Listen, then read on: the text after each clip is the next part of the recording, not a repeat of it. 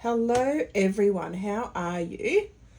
So today I am going to be drawing and painting this beautiful deer that you can see up on the left hand side of my screen. I've just got to get my pencil and everything organised and we are going to start. So this reference I got off Unsplash. And it's of this beautiful elk. So what I'm going to do is start by drawing the head. So I'll draw his ear. I've drawn a little bit of his neck just to give myself a base to work from. So started with his ear. I'm going to draw down, just following the shape that I can see. I can always adjust it. Following the shape that I can see of his head. And I'll just draw the rough outline. Just a very rough outline.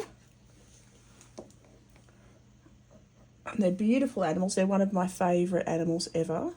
So I love drawing them and painting them. So we've got his head and his neck. So his head is 1 time the size of his neck. So his head and his neck is 1 time the length. And it's very thick though, so I can go thicker just down underneath because you can see he's got all that sort of wool on his neckline. Now his neck, because his bottom's towards us, so it will be shortened. So he's 1.5 times his neck is towards us, his bottom. So 1.5, like that. There we go. So it's 1.5, and it actually comes up a bit, so I can change the angle of that a fraction because he's sort of coming towards us. So now having a quick look. Now his legs, his head and his legs are the same length. He's got quite stocky little legs. So I'll just draw his little chest in. I'll draw his chest. And then his legs are the length of his head. So they're very stocky little legs like that. Okie doke. So now I am going to draw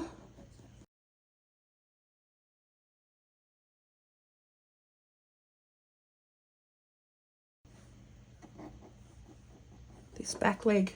They're the same length, but they're bent. So they're actually fractionally longer, I would say. Fractionally longer. Okay. So that leg is the same length. I'll draw his antlers last. They're going to be so much fun. I love drawing their antlers. And I'm going to do the background as well because I've been trying to practice my backgrounds. So come down and around here. See his mouth there. It's almost got a smile, which is very cute. And he's got, you can see the other front leg behind there. That leg, that other back leg disappears off behind the other one.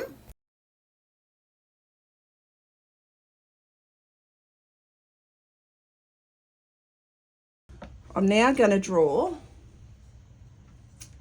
I'm having a quick look at my screen and I'm now going to draw the antlers in. So his antlers are actually the same length as his leg. So come down and around here, and I'm just going to start with the outer shape. I'm not going to worry too much about the details just yet. I'm going to focus on the outer shape. So I can adjust it and readjust it. Come down here. Then that one comes up to the same height. They might not be exactly the same, but it's a freehand drawing, so it doesn't matter if it's not exactly the same. And I'm just drawing what I see. Come down and up here. Oh, there we go. Okay, so now I'm going to start on this second one. So he's got the other antler comes around there. And this is fun with watercolours because you can play with the shadows and stuff. And you can see these antlers have got beautiful shapes to them and they've got all different tones to them, which is really fun. So come down here. And you can see that one. I should make that one a bit longer so I can adjust and readjust. I'm going to, even though I can't see that one on the reference, I'm going to add it because I just think it needs it. So, because that's how I roll. And come down here, and I'm going to add where these antlers sort of sit. Okay, so I'm going to do the background as well. So you can see he's got a hedgerow sort of sitting here at about his waist height, about his hip height. So I'll take that hedgerow across like that. And the ground line is about just above his feet, above his ankles, or his fetlocks. They call them fetlocks on horses. I think they're the same on deer. And that's all grass and stuff. And then in the distance, there's just hills that come up to about the back of his ears. So I'll draw those in, just distant sort of paddocky hills. And we are going to start, that's a very rough drawing, but that's fine because it's just a fun little sketch. And we're going to now start with the painting. So, but first of all, I'm going to do the sky. So I've got my palette here. I don't know whether you can see that just on the edge there. I'll pop that into the edge of the camera. Get all my brushes happening. Ooh, because I drop everything. Ah, don't drop everything. I'm trying to drop everything. Okay, so I'm going to spritz my watercolours. Spritz my watercolours and grab a bit of cloth because you always need a bit of cloth handy. Okie doke. And now I'm going to start with the sky. So grab my handy dandy silver black velvet watercolour brush that I have loved to bits, and all the paint has fallen off the handle. That's how well I use this brush and how long these last. I've had this brush for probably about 8 years, and yeah, all the paint's fallen off it. But that's fine. It still works at the brush end, so that makes me happy. So I'm going to start by just wetting the background, and I've got to cut around. So I'm taking my water. Oh, there's a hair on there. There's a hair in there. Take that off. There we go. And cut around the antler. And I can just see the sheen on this paper. Just see the sheen on this paper. So take that around. I'm going to wet the paper so that whatever paint I put on this water will flow. It will flow around and do its own thing. So, and it won't go where I haven't put the paint. So now I'm going to drop the paint in. Might grab a bit more paint, a little bit, make it a bit darker. And I'm just going to let that flow around on the sky. Doesn't matter if it goes over the antlers a little bit because the antlers are going to be a darker tone anyway. So that'll be fine. That won't be a problem at all. So take that down and around. Whoops. Yeah, so I've gone over the antler there. It doesn't matter because that antler is going to be dark. So as long as I work from light to dark, it's absolutely fine. So now I'm going to clean my brush, pick up that excess moisture. So just take any moisture off your brush and you can pick up those little puddles. They'll just reabsorb back up the brush, which is nice and handy. I'm just going to come closer in to the edges of those antlers because I don't want little light spots around them like that. So I'll come in and do all that. There we go. Okay, now while that's still wet, I'm actually going to go in with another bit of ultramarine. Not ultramarine, sorry, cobalt blue into the sky. And I'll make little, I can't see any clouds in this photo reference, but I'm going to make some anyway. And I'll show you how I do that. I've got my bit of cloth in my hand. I'm going to get a bit more cobalt blue there. A little bit more cobalt blue. There we go. And while it's still wet, I'm going to touch it with my bit of cloth. And that will create very soft, diffused cloud effect. And that is how you do clouds in watercolour. One of the ways you can do clouds in watercolour. So now, while that's still wet, I'm going to leave that and I'm going to come down to the bottom of the painting. I'll do the deer last. So I'm going to work on the grass underneath him. So it's a greeny, fawny sort of a colour. So I'm going to go with sap green first. I could always add some yellow ochre afterwards. So that's not a problem. So I'll start with the green first, just sap green, underneath him. And you can't see his little feet because they're in the grass. So I'll pop that in there. And literally I'll add the detail over the top of that at the end. I'll add some little grass flecks because that's super duper pale. It's not going to be hard to add grassy flecks. I might add a little bit more thicker paint just for interest's sake. And I'll soften that off a bit, drag it around a fraction. There we go. I'll pop, whoops, get a bit more sap green there and come up sort of towards the hedgerow. Now the hedgerow is also the same, it's very close in colour, but it's got little branches through it. So what I'm going to do is go the same sap green, just more pigment, less water. More pigment, less, oh, that's not sap green, I went into the wrong green. Silly me. Okay, that's sap green. So go a bit more sap green. Get less water. I've got to get some more of that onto there. Got too much water on my brush. There we go. That's a bit thicker. And I'm going to, well, it doesn't matter that that's still damp down below. I'm just going to, you can see that's a slightly stronger tone. And I'm just going to cut around the back of the deer.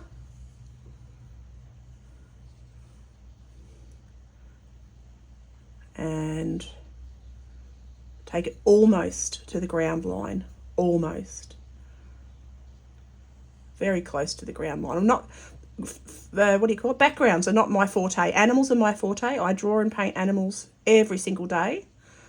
But I don't do a whole lot of backgrounds, so this is still, I do very impressionistic backgrounds. They're not exactly the same as the photo, but they'll give you the idea. It's a simple way of doing a background without getting too overwhelmed by the detail.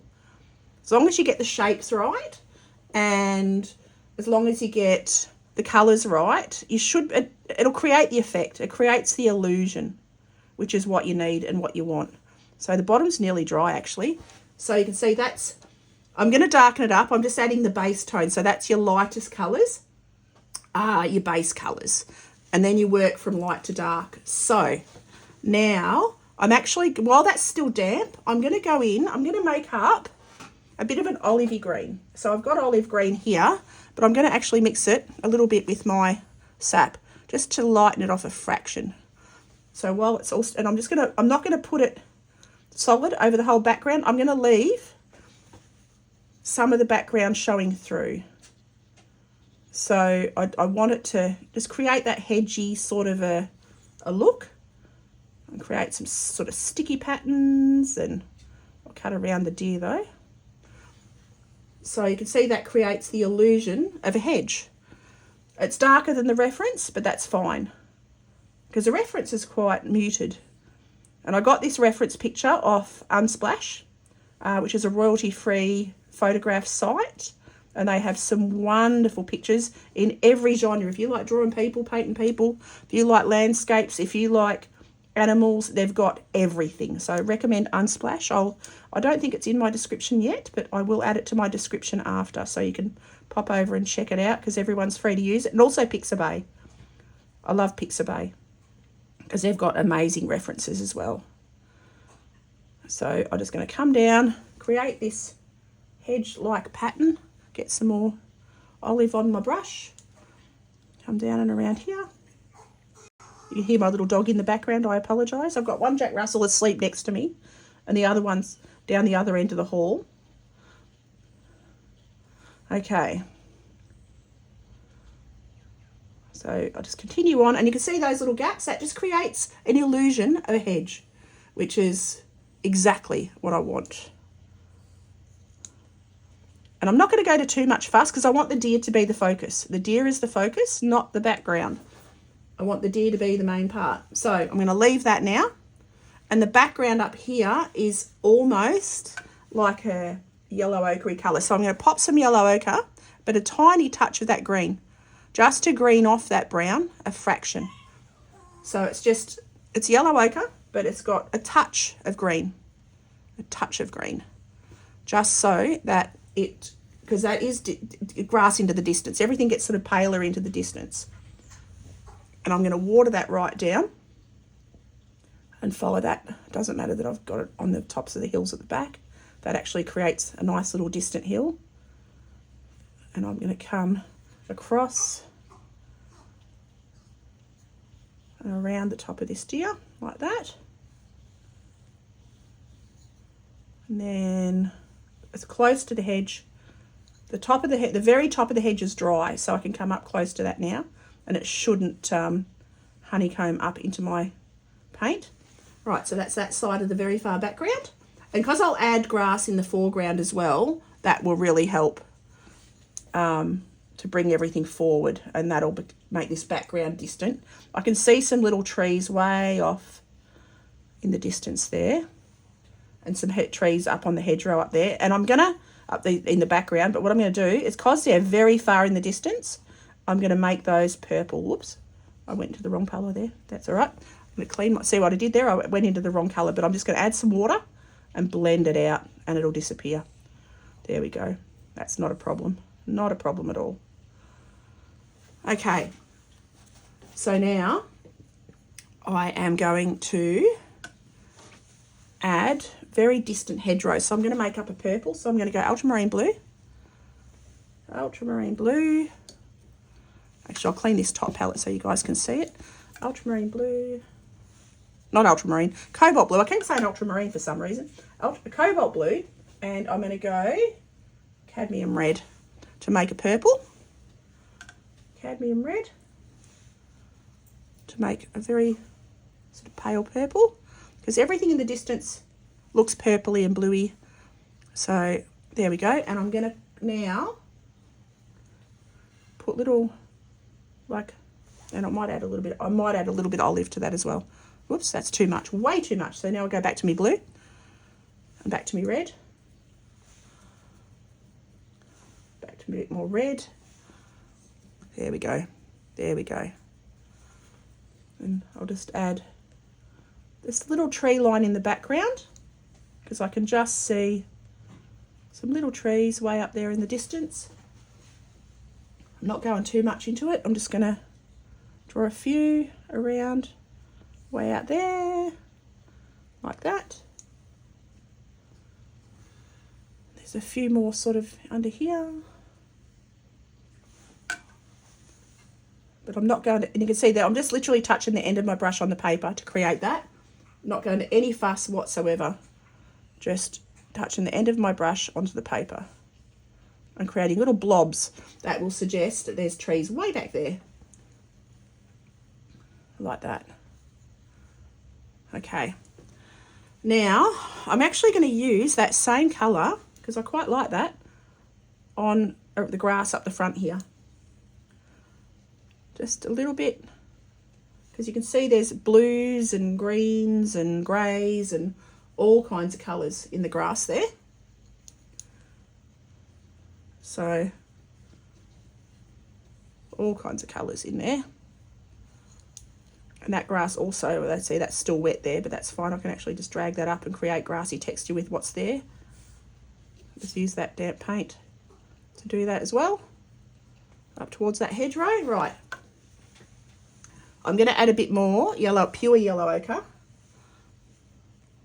into this background, just to create, because it sort of comes closer to this hedgerow, just a bit of a difference there. I can make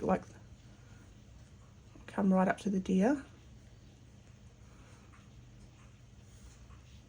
like that, and that just creates different grasses, different ideas of grasses in the background. I'll come right up to the deer here, because paddocks aren't universally one colour. If you look at an aerial photo of farmland, there's always different greens, always, like people are growing crops, there's different colours, there's yellows, there's, you know, all kinds of colours. So I'm just going to add those in for myself for a bit of interest. I might just drag that one down a bit closer to his back, soften up that edge, clean my brush, take the excess moisture off it and just touch the edges just to soften them so it's not a hard line. And the same with that edge there, just drag it down with a clean dry brush. There we go. Right, so that will do that. Now looking at this hedge, I'm actually going to add some yellow ochre into that as well. Add some yellow ochre into that as well, because we've got sort of stalks Just little whizzy busy stalks coming off here and there. I'll add some onto the grass. And that'll just about do our background, I reckon. I've got to do a shadow under the deer. He doesn't really have a shadow, but I want to ground him. So to ground him, I'll add a bit of that. I'll actually take that purple. I might make it a stronger purple. I might use a bit of indigo. It's a beautiful dark. And I'll add a bit of me red again. Actually, I'll go down to this one. Bit of indigo, bit of red, bit more red. Just to, there we go, purple that up a little bit. And then it's a bit stronger, still diluted, but it's a bit stronger. And that'll also create some shadows under this hedge because he needs some shadows. And if he was reflecting shadows, it would come to, depending on where his light's coming from. Excuse my little dog in the background, making all the noises. Okay, so that's basically the shadow I'll put there. Shadows really help. And actually, you can see this, I can bring it up into this scrubby bit, into this hedge a little bit. In Australia, we call that scrub or brush. I'll bring it up into the hedgerow. Okay, just to help create a little bit of interest there. Might bring it down a little bit down. A few grassy textures. Okay, I'm going to leave that alone now, and now we're going to get onto the deer. We're going to focus on the deer. So I'm going to get a smaller brush. And first of all, so this brush is a size 4. I was using a size 8. So now I'm going to my size 4. Now the sky is dry. So I'm going to wipe off my palette. Like that. I'll leave that blue because I will use that indigo in a little bit. So clean all of that off. I've always got my hand towel handy. It's always good to have your hand towel handy. Okay, and I am going to have a sip of my coffee because I forgot about my coffee. That's good. Sorry, it's tea, not coffee. I've got tea today. Okay, I'm going to make up a grey for his antlers. First of all, I'm going to go in actually with pure yellow ochre because I'm looking at that going, no, it's yellow ochre. The shadows are grey. So I'm going to get more paint, less pigment, less water. So it's thicker. I'm going to take it, clean my brush, get just on the tip of my brush. I can rest, this is all dry, so I can rest my finger on the background. And I'm just going to use the tip of my brush to fill in these antlers with yellow ochre. I will add the shadow tones at the very end. The darkest colours always wait till the very, very end. So you always work light to dark. Okay. Come up here. I can see that I've missed one of his antlers, but I can paint that in, one of the fronds on his antler. But I can add that in myself in a little bit, just with paint. So I'll paint over that one, then come back down here and onto his head. There we go. So that's one antler blocked in. Get a bit more water on my brush, not too much, just enough to make the paint move. And same thing. Just fill it in, take it around, come up here. I'm going to add that other frond in. There we go.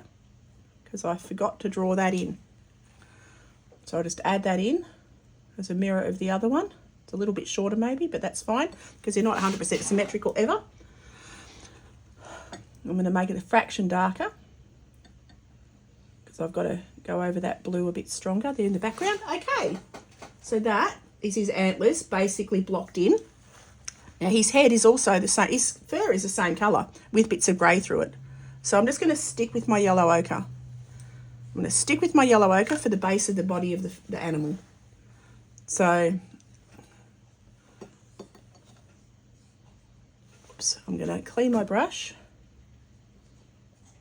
and just fill in pretty much the whole deer.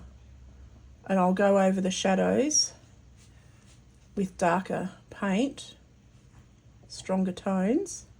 I'll leave his eyes. And I can drag that paint around now. Just dampen my brush and drag that paint that I've already put on the paper all around. and I'll go over the woolly bits and create fur texture and all that sort of stuff in a little bit. First of all, I'm just going to block him in with the yellow, or yellow ochre, which is a golden brown. Okay, like that. And then come down onto his legs. You can see he's got lots of different colours in his fur, so that's going to be fun. That's what I love about watercolours, is learning how to blend the colours and make everything look right and mix them up, and it's fun to mix. I love mixing my colours. And I'm going to leave his bottom area, the lighter. I'm not going to put any paint on that because that's actually I've got a Daniel Smith colour that will almost perfectly match that. It's a taupey colour and it's really beautiful. And it's the one colour of Daniel Smith colour that I absolutely adore. I usually use schminkes. These are my schminke watercolours. It actually is reflecting green. He's reflecting green on the screen, and I'm not quite sure why that is, but it is a light brown.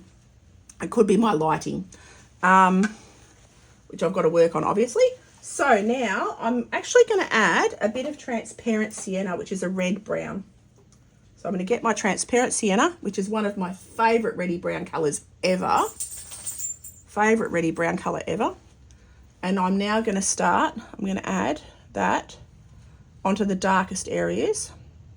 Still not as dark as it needs to be, but it's going to be a base for that brown, that beautiful brown. And when I add the darker browns on top, this red will pop through as a highlight. I'll leave little snippets of the other colour. Come down here like that. There we go. And I'm going to take that, I can see that under his tummy. And now I'm looking for any of the different colours on him. Under his tummy, under his little armpit, down the backs of his legs, down the back of that leg as well.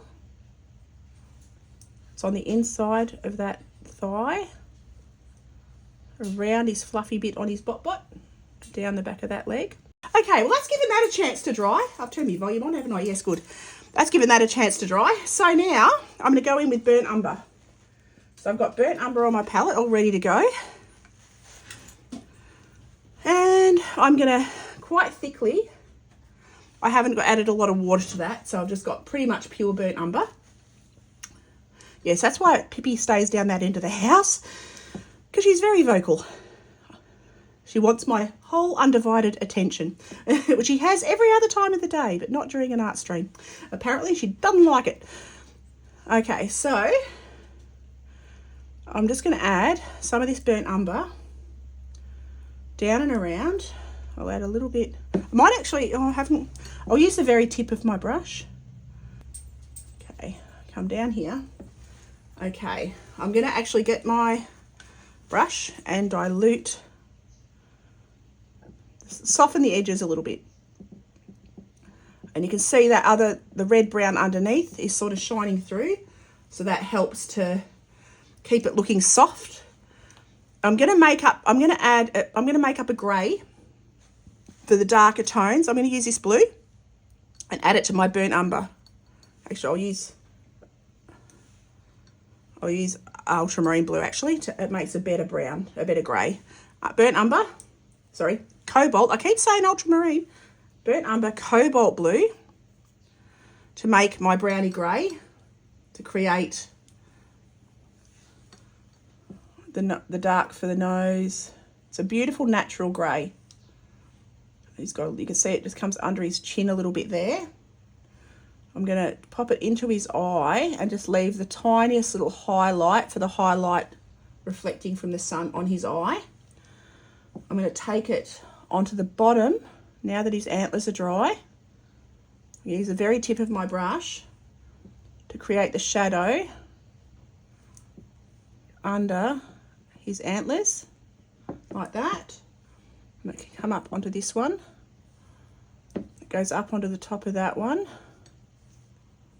That one's almost completely in shadow, like that. And you can see we're starting to get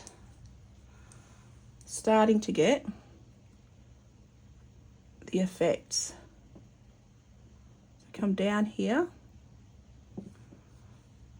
That one's almost completely in dark, coming down onto there. Okay, I'm quite happy with that. Now, I'm going to actually, I've got to find a brush.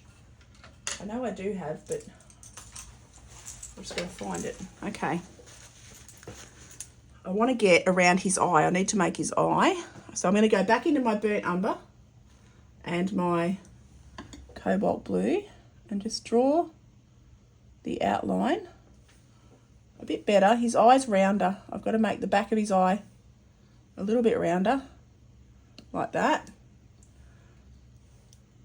You can see he's got this same grey coming behind his ear, behind his eye and up towards his ear and around the edge of his ear. And also I've got to bring this sort of greyish tone under his chin and onto his neck, like that. Okay, having a quick look. I'm going to get a little bit of a little touch, the teeniest touch. I could almost do this with pen just to add the iris of his eye. I don't need to draw detail, I just need it to be darker than it is.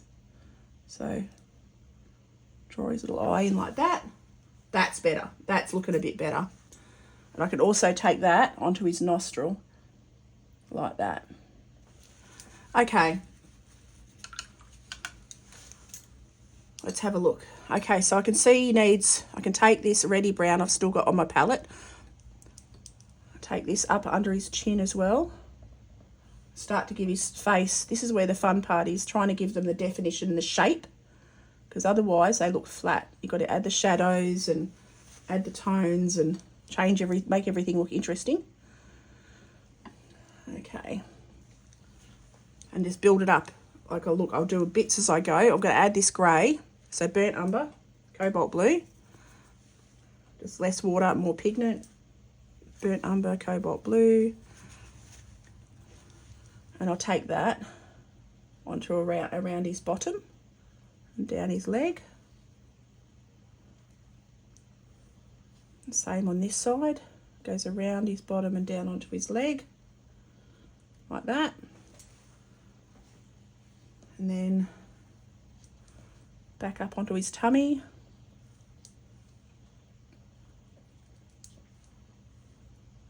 Around underneath, onto his little armpit.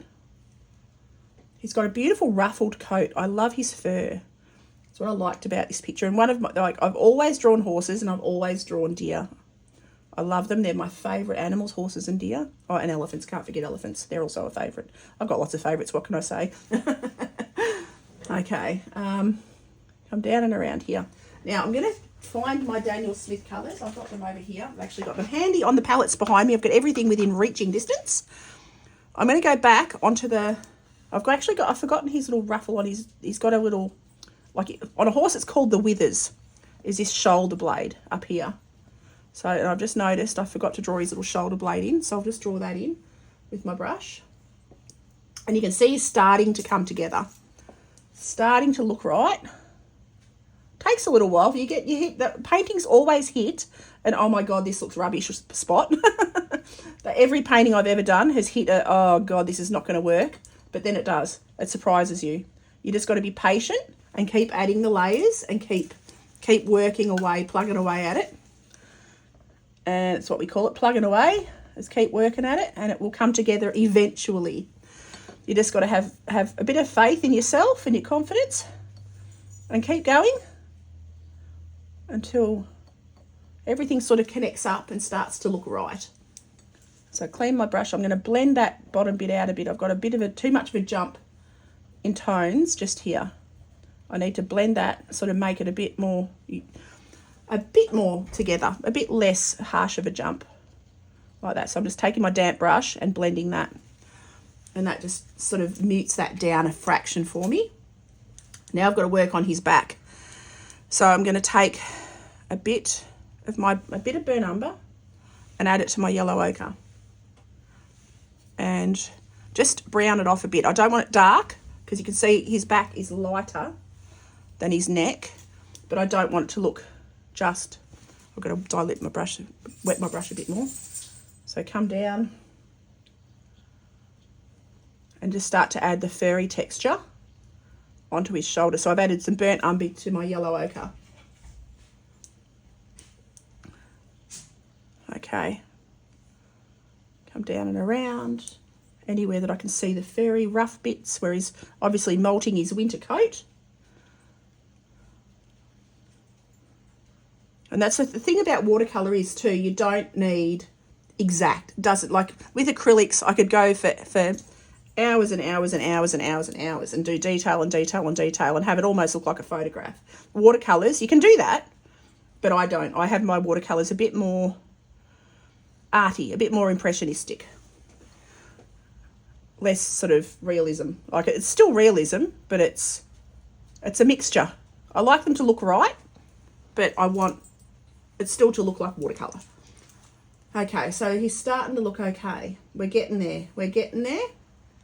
I've got to really darken up. His mane is still too red. So I'm going to go in with pure burnt umber. And I'm going to add to that a bit of ultramarine, cobalt blue to make it really dark browny grey. And then on the top of that, so it's quite thick, I'm going to add some more fur texture to darken up, because his mane under here is really quite dark. And down here, they are a magnificent animal. Okay.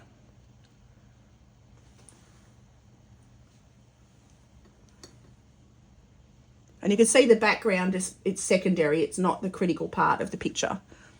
The animal is the critical part. So I've done a basic sort of impression of the background. Now I'm going to come down the front of that leg. I'm going to make that a bit darker again. So it's every layer gets a tiny bit darker. Every layer I add gets a little tiny bit darker. I've got to take that up onto his chin now. That same grey brown that I've mixed. Take that up onto his chin, and that'll blend that all up into there. Like that.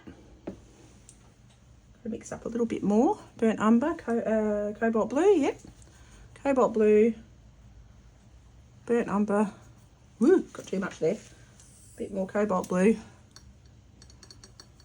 to make that beautiful dark grey. And that's how I mix my greys. Just the more, if you want it a more bluey grey, you add more blue. If you want it browny grey, you add more brown. And you just build it up and build it up until you're happy.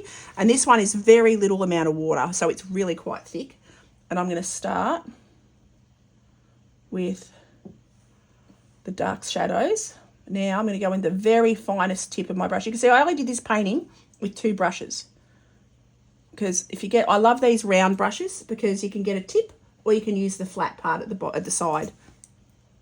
So they're multi-purpose. They're really good. And these silver black velvet brushes are just dreamy to use.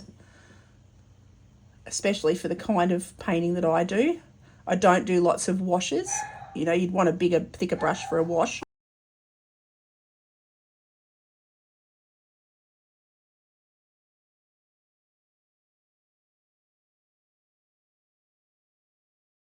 Okay, so you can see that now his antlers are really coming together. His antlers are really coming together. I'm quite happy with those. I've got a brown off around the back of his neck. And then I'm going to bring that darkest dark, and you can still see the little highlights. Okay, so I'm going burnt umber.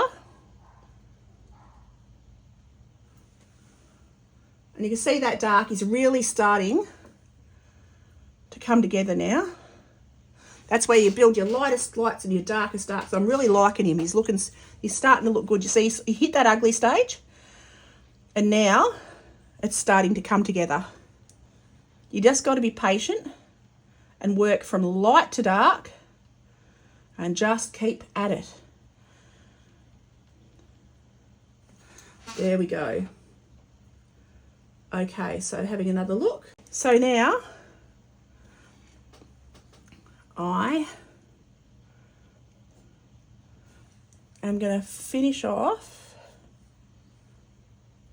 this furry bit down here. Okay. And I'm going to go around the bottom of his tail, just down there and onto his leg, between his legs there, just to create that little bit of a line that he's got. Okay, I'm quite happy with that. I'm quite happy with that. Now, I'm going to go into my Daniel Smith's colours. I'm just going to find which palette it's on. It's this one. Okay. And this colour, this gorgeous colour, just here. I can never remember what it's called, but it is absolutely beautiful. And it's a fawny colour. It's a really beautiful, soft sort of fawny colour. I'll clean off one of these palettes so you can see it. Hang on just a second. I'll clean off this bottom palette and I'll pop it on there because it is a magnificent, really useful animal colour. It's like a soft beige. Oh, hang on, I'll clean this one. You can't see that one. I'll clean this one off. There we go. It's a beautiful soft beige. It is just a magnificent colour. It's my favourite, most used Daniel Smith colour. And it's useful on almost every animal. So, I'm going to come down onto his bottom and add that in there. And around. I'll leave little touches of the white paper. Just little touches of the white paper. Like that. Righto. Now I'm having a quick look. There's not a whole lot more to go. So I'm having a quick look. So I'm just going to add, I'm going to actually add, this is a bit of an opaque colour. So it'll still add a little bit of difference. I might pop a little bit of it around the top of his eye because it's a watercolour. Watercolours are generally transparent, but it is quite a strong watercolour, that particular one. So I can use it to sort of blend things around a bit. I can see what I've done here. I've got to bring this browny grey to his mouth here. A bit more like that. That's better. That looks better. Not such of a jump. And then I'm actually going to use the indigo. This indigo blue is an amazing shadow colour. So I'm going to take that now into the darkest darks. And you add it over the brown and it becomes a grey. A very dark grey. Which is just beautiful. You don't have to use black ever. You can make your indigo and brown will make a beautiful dark grey, almost black. But it's a natural one, so it's got just a bit of zing to it. Black looks flat, but it gives this. You add a bit of indigo, a bit of blue, even a bit of ultramarine. It just gives everything a zing, a bit of spice, a bit of life. And I'm also going to add that around all of the shadow areas in amongst all this shrubbery. And I am going to call that done, I think. So I'm going to sign that down here. So I hope you've enjoyed this video. Thank you so much for watching. I've really enjoyed making it. I apologise again for my little dogs in the background. They are very vocal little puppers. So I shall try and endeavour to improve that for the next video. So yeah, everyone, I hope you have an awesome day and thanks for being here. Okie doke, I'll see you next time. Bye.